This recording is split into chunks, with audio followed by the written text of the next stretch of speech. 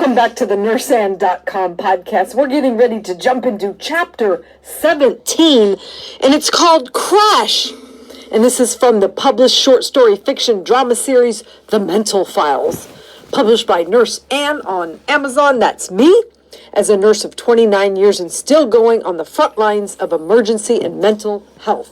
I created this drama as it mirrors real life and what people go through, especially people maybe caught up in the system of mental health and life struggles, and also the frontline workers and the family, and we can all relate to this, of those who love and take care of these people. And this is also written and produced to be a television drama series one day, and influenced by my favorite TV series of all time, Touched by an Angel, also with just a flair with the real life and with others, having compassion and trying to help and take care of them, and just the different relationship struggles that the frontline workers also go through and their inner thought battles and drama. So with that being said, we are going to jump into chapter 17. This is a 6-story book series. They're also in separate books, and I put it in one book. Also, just to be simpler for you, you can get that. There's a link on my website at nurseand.com, the Mental Files First 6 Stories edition, so you can follow the progression of the characters and see the people that they help and find out what happens in the end. So if you missed the beginning, you can go back and get that book, or you can also follow the podcast from the beginning, where I read you one chapter at a time from the beginning, then we break it apart as it relates to our own real life drama, thought struggles, and just everything going on. So we will jump into chapter 17, Crash. Chapter 17, Crash. After Angela finished her daily charting, she started up her group that the patients seemed to be enjoying so much. Even her coworkers weren't teasing her as much for wanting to veer from the usual routine of the unit. As the excited nurse started the lesson, she could sense an ominous tension in the room. The once excited Joshua was even looking anxious and restless. During Julie's turn to talk about her goals, Angela was not prepared for her excitement about Carlos visiting her again last evening. Why was the evening staff allowing this creep to infect the slowly healing mind of the vulnerable girl? The nurse resolved to have another long talk with the girl before her shift ended. No sooner had the thought percolated in the nurse's mind, she was rudely cursed out by the new patient, Rico. He was the new roommate of Joshua. Having arrived at the psych unit last night, it was clear he was crashing off of some type of hard drug. All the nurse did was ask him about some life goals, and the next thing she knew, she was being threatened and cursed at. "None of your business, lady. Why did I have to get out of bed for this BS?" demanded the irritable new patient. "Listen, you don't have to be so rude to the nurse. You already kept me up all night," defended Joshua on behalf of the caring RN. "You need to shut your mouth before I shut it for you," warned Rico to his roommate. "I never said I wanted to come to this group anyway, you both need to shut your face," threatened the detoxing man. Standing up in the group circle, Joshua got closer to his new roommate. "Hey, you can't talk to the nurse like that. You want to bet?" yelled the irate aggressor. Rico then lunged to punch Josh right in the face. Seeing the impending riot, the staff jumped out from behind the desk while calling for the security officer. Angela frantically advised the patients to go back to their rooms. Hearing the disgruntled staff blaming her while they stopped the fight did not help the nurse's confidence. "Yeah, I told that nurse she didn't have any business doing this group," said one of her coworkers. "You're right. We should let Janae, the manager, know. She needs to have a talk with that nurse," added the security officer. Walking back to the desk, feeling shaken from the unit chaos, the nurse's anxiety kicked into high gear when her coworker told her the manager wanted to see her in the office.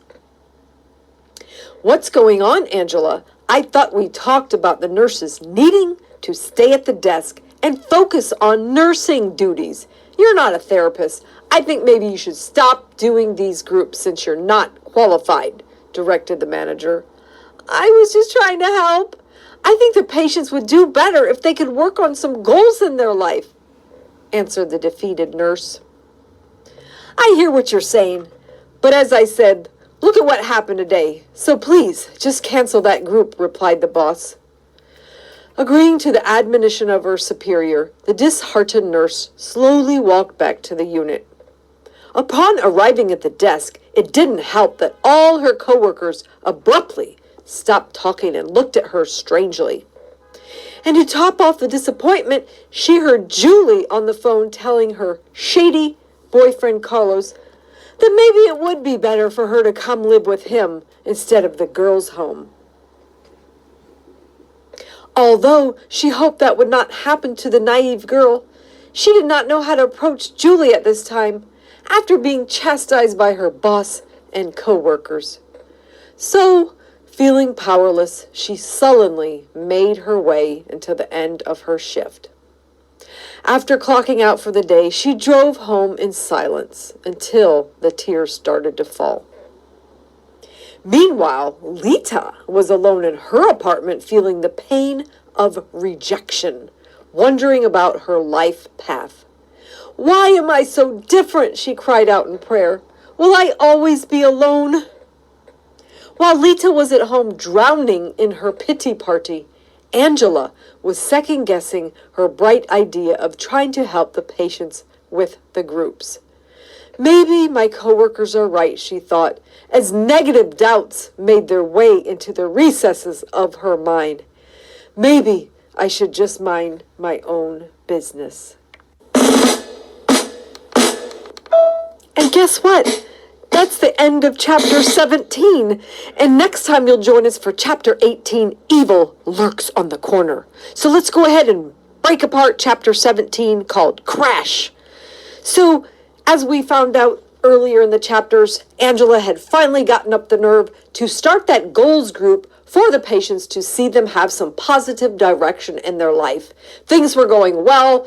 Joshua, who had been rescued off the bridge and a life of alcohol abuse, he was starting to turn around again and get the help that he needed.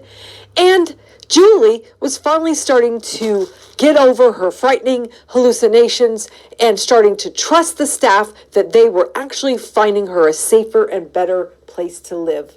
But as usual in life, there are situations that come along, seem to derail us. She had that person from her past trying to lure her back, and Joshua was even tempted with this roommate. Now they're getting into a battle, causing chaos, and everyone's pointing the fingers at Angela.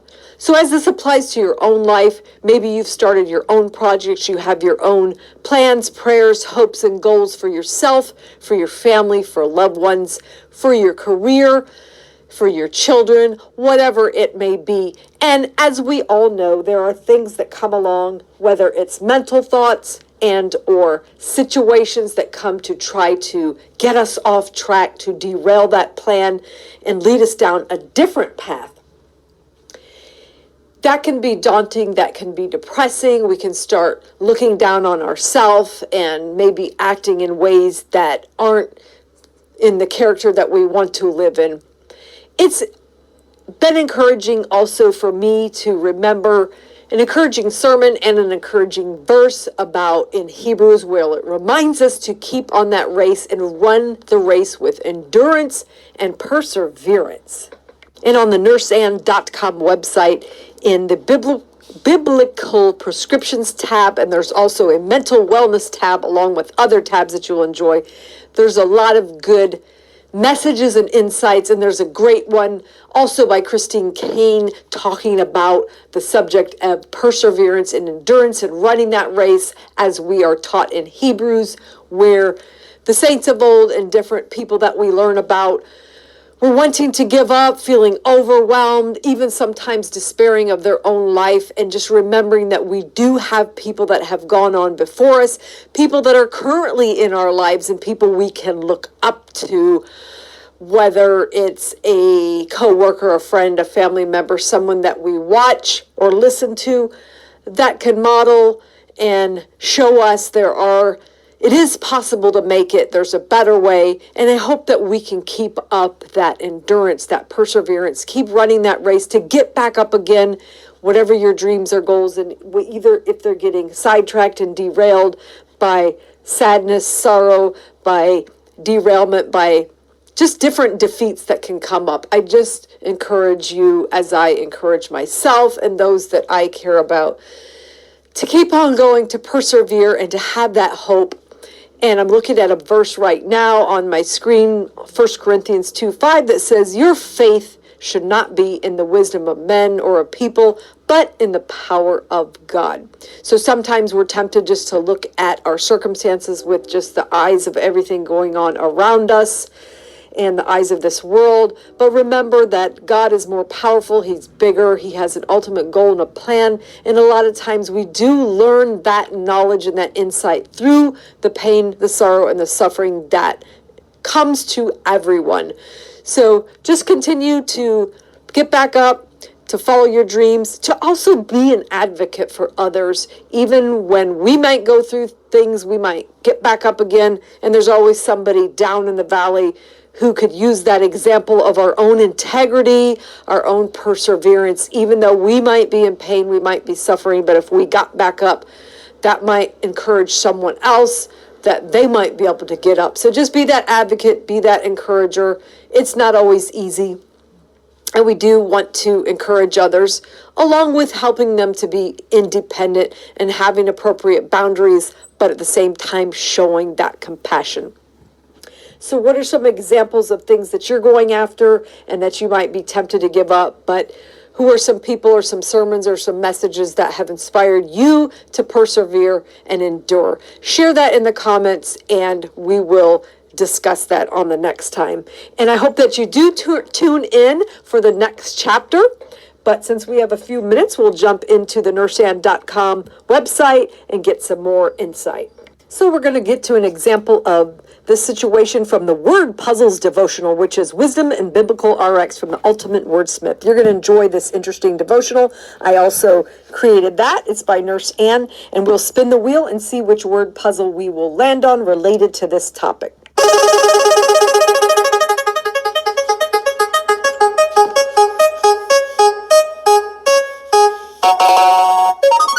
All right, we landed on L in today's word in the Word Puzzles devotional, which is interesting words linked to biblical prescriptions and real life drama that we go through. So L today is luminary, which means a person who inspires or influences others, especially one prominent in a particular sphere. Inspiration, leader, expert. So traveling on a road at night that lacks light can be a dangerous endeavor. Something or someone could be waiting with predatory intentions. Perhaps even a simple object on the path could cause a trip, fall, and broken bones. The road of life has daily obstacles. Avoidance of a dimly lit route will be to our advantage. This is where light enters the scene. Even a tiny night light can stop you from tripping in the middle of the night. Thankfully, we have the brightest light available for this confusing journey. Psalm 119 tells us how to stay on a bright course. Thy word is a lamp to my feet and a light into my path. We can trust the advice of our Creator who knows the end as well as the start. And there's actually more in this section of Luminary, but our time is running out. So I want to invite you to turn into the next nurseann.com, where we'll get into the next chapter of that story that you can get on Amazon. Also, The Mental Files, First 6 Stories Edition by Nurse Ann. I hope you have a great day. See you next time.